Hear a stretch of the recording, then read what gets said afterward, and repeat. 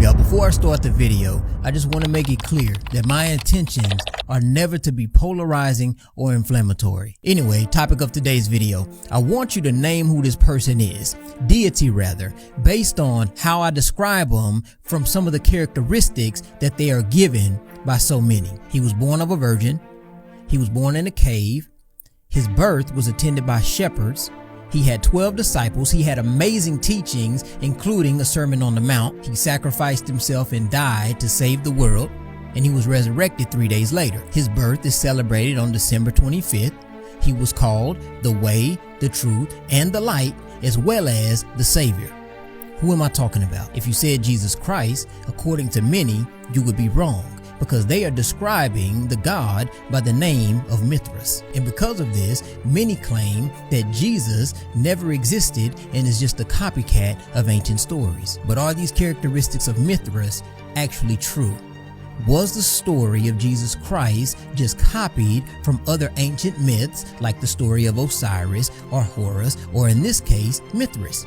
Let's get into this. Now, I'm not going to spend too much time going over this, because after I go over one or two of them, you'll start to recognize the commonalities that you can also apply to the other claims as well as the other story comparisons that are out there. So one of the claims by a lot of non-scholarly writers claim that Mithras had a virgin birth like Jesus did. But when you actually unpack this claim, what you will find is that essentially every single writer is just copying another writer who's copying another writer, but there is no evidence of any ancient source that confirms a virgin birth. In fact, there are zero writings, no origin stories, zero theologies, no writings of any kind from any of the people that worship Mithras in the Roman Empire. This is a bit different than the writings that are had for the birth of Jesus Christ that are found in the Gospels of Matthew and Luke.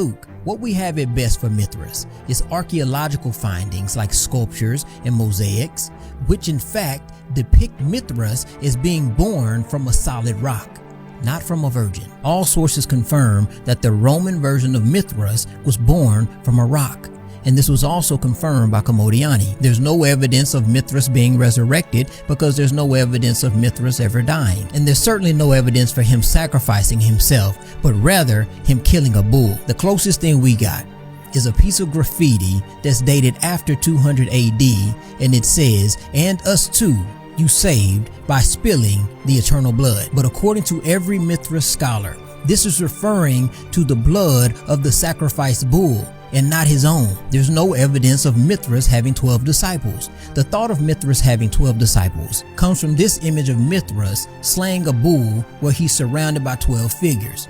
But these are not disciples.